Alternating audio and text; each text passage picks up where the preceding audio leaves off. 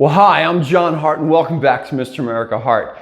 Today, we're going to define HIIT. We're going to define high intensity training. Today, I'm going to share with you a little bit about where we've come from, but also what specifics are involved with high intensity training. This area right now in the last couple of years has been a hotly shared, a hotly studied, a hotly read and viewed topic on YouTube, as well as articles and even involved in certain studies along the way at this point.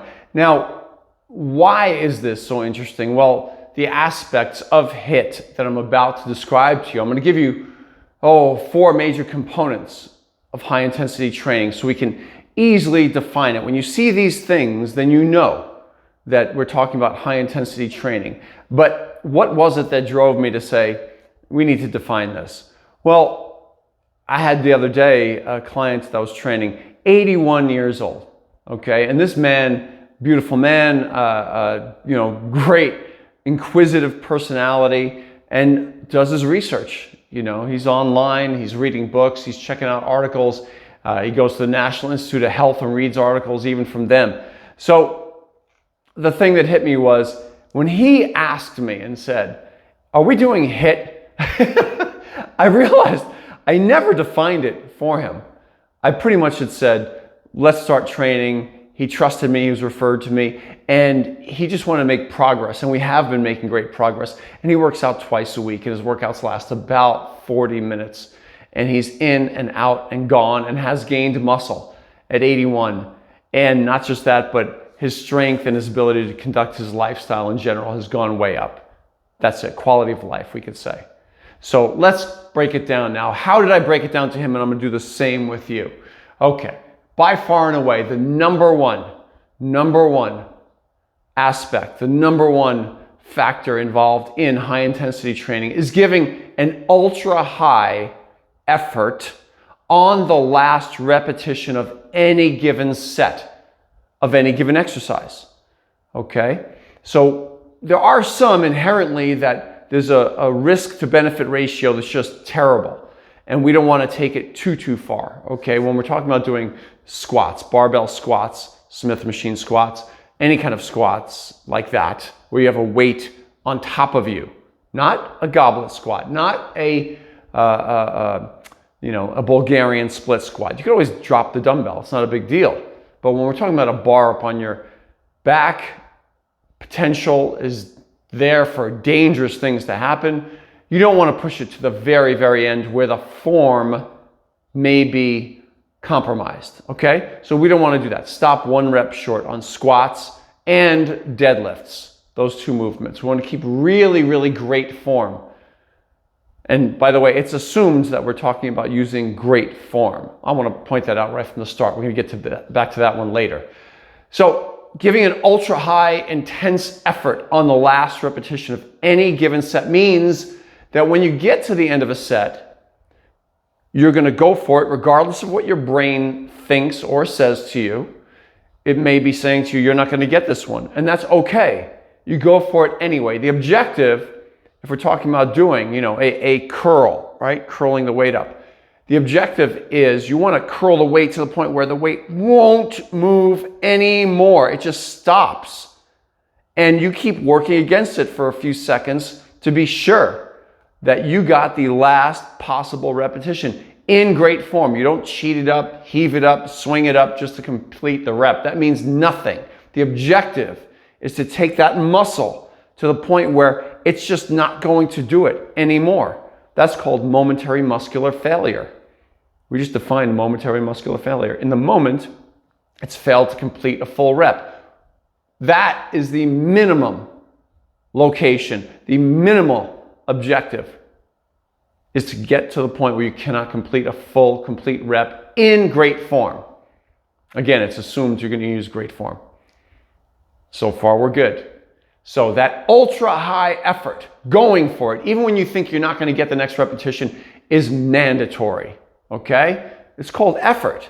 High intense, ultra high intense effort in an attempt to achieve, I know it sounds silly, to achieve momentary muscular failure, but that's the term science has given it. So we'll run with that just for the moment. I don't like those words, momentary muscular failure, but we'll run with those. So that's number one, giving an ultra high effort on the last repetition of any given set in any given exercise, okay? That's number one. Number two is, by virtue of giving that effort, see, number one leads to number two, by virtue of giving that all-out effort on the last repetition of any given exercise, you've just now made it mandatory that you're going to end up doing low volume. High intensity training involves very low volumes of work.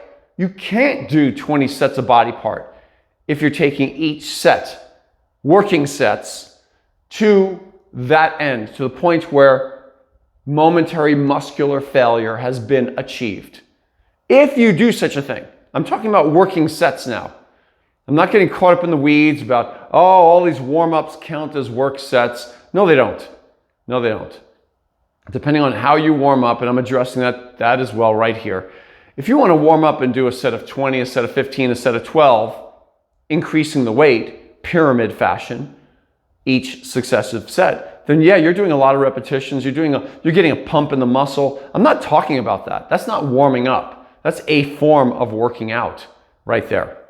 Warming up is the least amount necessary to get the joints warm and feeling safe, and to prepare the muscles for the hardcore work about to happen to them, and for them to give an extreme effort. If you do such a thing, you're not going to be using a lot of volume on your warm-ups. You're not going to be doing, you can increase the weight with each warm-up, but it's only going to happen at the beginning of the workout, on the first major compound movement of the day. The rest of the workout, you don't need to do all these warm-ups, extensive warm-ups, preparing warm-ups on each and every exercise. That's not it. It's just at the beginning of the workout, and you can do it on the first compound movement of the day. Maybe you want to choose two exercises you feel you need to warm up on both. But treat that as a warm-up and then walk away from that and now start your actual workout. One all-out set of each exercise. That's the kind of volume I'm talking about here. If you give an extreme effort to momentary muscular failure at least, then we're talking about doing one working set per exercise. How many sets per body part? 1 to 4 sets per body part. Why do I say 1 to 4? That's a pretty big range, John. Yes, it is.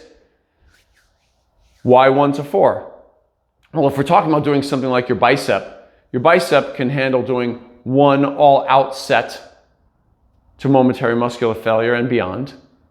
But when we talk about doing your back, for example, your back involves multi-movements. You have rowing motions, you have pull-down motions, you have pull-over motions.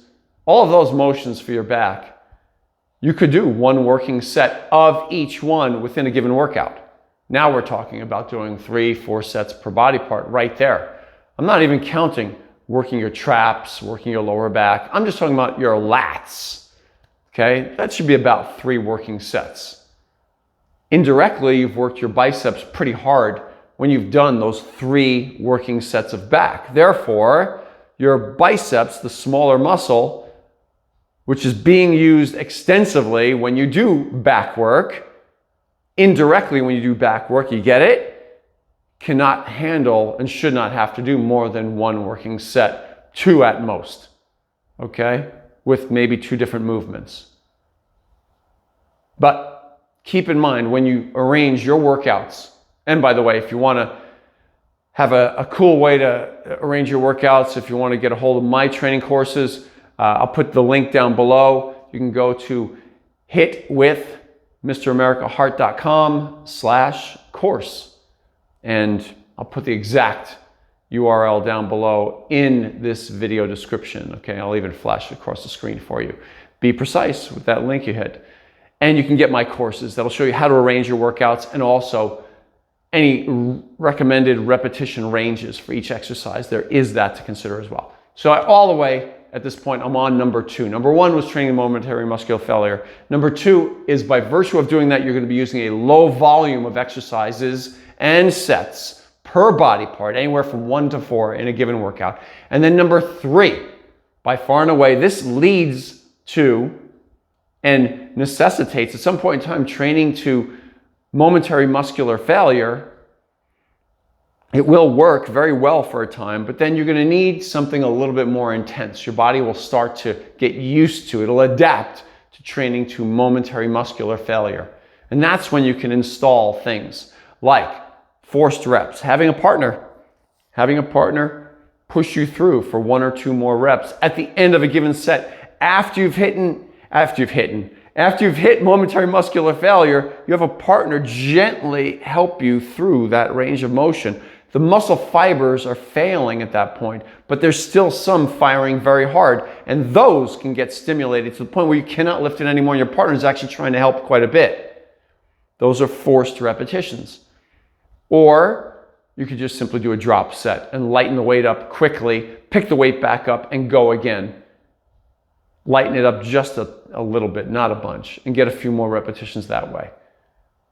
So using high intensity training techniques, forced reps, negatives, static contractions, isometric contractions, and pre-exhaust. These are all high intensity training techniques. Again, get to my training course and you can see how you do those things. That's number 3. By virtue of doing momentary muscular failure, lower volume, you're going to end up having to use higher intensity training techniques, and those techniques at some point in time are going to lead, this all leads from one to the other, to having to train with a lower frequency. You cannot train a body part 3 or 4 times per week if you're going to use training to momentary muscular failure, higher intensity techniques. It's not going to happen. Okay? So for all the studies out there that you see right now and you hear right now about training every body part, you must train them up to 3 times a week with these kind of volumes that are pretty high in nature, and you pretty much don't have a life. You're in the gym for many hours per day, per week. It's a part-time job in that case. If you think that's necessary or even possible to do, I can tell you, you're not training to momentary muscular failure. You're not using high intensity training techniques. You are just training to the point where you're leaving anywhere from 1 to 3 reps in the tank on each set, working set. So you're not even coming close to failure. And you're relying on using a marathon workout session, repeated bouts of that 1 to 3 repetitions left in the tank. Non-failure, non-momentary muscular failure training. You're relying on multiple bouts and sets, working sets, to get an effect. That's one way of training, it is. I'm not comparing one to the other, we're defining HIT. Okay? So, all of that leads to our number 4, which was low frequency of training. What do I mean by low frequency of training? I mean low frequency of training body parts. So you're only going to train those body parts 1 to 2 times per week, max. What do I mean? That's sort of approaching these guys talking about, higher frequency training of body parts. Well, it would be if we were doing full workouts on that 2 times a week, and you're really not. When you're training 2 times per week, or even doing, in some HIT circles, high intensity training circles, you're training a body part 3 times per week. Wow, that's kind of high frequency, John. Yes, it is. But you're only doing 1 exercise per body part, and you're doing that sometimes not even 3 times per week. You're getting indirect work. That's considered. So, for example, your biceps would not be trained directly with a curl, a regular bicep dumbbell curl or machine curl, 3 times in the week. Sometimes you would be doing, out of those 3 workouts, you may be doing a hammer curl with a hammer grip like this, or no curl specifically, but you're doing your back work, and you're considering that to be part of your bicep work that week. So directly and indirectly, you're working each body part 3 times in a week. Wow, that just opened your mind, didn't it, to how often am I training each body part directly or indirectly when I'm just doing a simple bro split 6 days a week. Wow, it's not so simple at that point, right? Because you're getting a lot of indirect work. You're doing a lot of indirect work for the smaller body parts. the forearms, the biceps, the triceps, the deltoids, the shoulders. All three heads of the shoulders getting blasted multiple times per week. It's a whole other discussion. We'll save that for another day. All right. So those are our 4 aspects of high intensity training defined. Quick review: ultra high effort on the last rep of a set, which leads to a low volume. You can only do 1 to 4 sets per body part per week. Well, per body part per workout. Let's change that. I apologize. And then number 3, using high intensity training techniques. It leads to that. And then number 4, doing all of that, you cannot do a high frequency, so it's a lower frequency of training. I'd be remiss if I didn't at least address, because a lot of y'all are seeing these videos online, and there's a ton of them out there of people training in a certain fashion and calling it HIIT, high intensity training. And even in the comments section of a lot of videos, including mine, a lot of people say things like, well, it's not the weight that matters. Or they say these other issues like frequency and how many sets per body part, those are not the priority. The priority is cadence. The priority is perfecting the movement. Well, all of the things I just said, number 1 through 4 about high intensity training, all of them assume that you're using great form on each exercise. The speed of lifting and lowering the weight becomes secondary or not even a consideration as long as you're stressing the muscle. At the end of a set, the speed will naturally slow down even further to the point where you cannot lift the weight. By definition, you've just tapped that muscle into the ground. You've pounded it hard, regardless of the speed. So therefore, cadence is not a priority or even making my list. Cadence, as a side discussion here, only because so many people think that's HIIT. They see somebody in the gym training that way and they go, oh, he's training high intensity. That's because of YouTube videos that are out there. And it being oft repeated that is high intensity training. No, you could take somebody in the gym who's deadlifting, from the ground up and down, doing 1 second concentrics and 1 second eccentrics, right? 1 second up, 1 second down, and taking that set to momentary muscular failure at the end of the set. And believe me, at the end of that set, he's not going to be lifting, or she won't be lifting that weight in 1 second. It's going to be much longer than that, lifting the weight. Lowering it might still be a second because they're practically falling. But at the end of that set, they will hit momentary muscular failure. I mean, it looks violent when they're doing it. And certainly it requires an ultra high intense effort of training, high intensity training. Now, I'm not even discussing which is safer. I'm just saying cadence is not a priority. If anything, focusing on double progression, getting more repetitions at whatever speed you're using, training with slightly more weight at whatever speed you're training at with repetitions. Yes, that's more important. Progression. Increasing the weight is more important.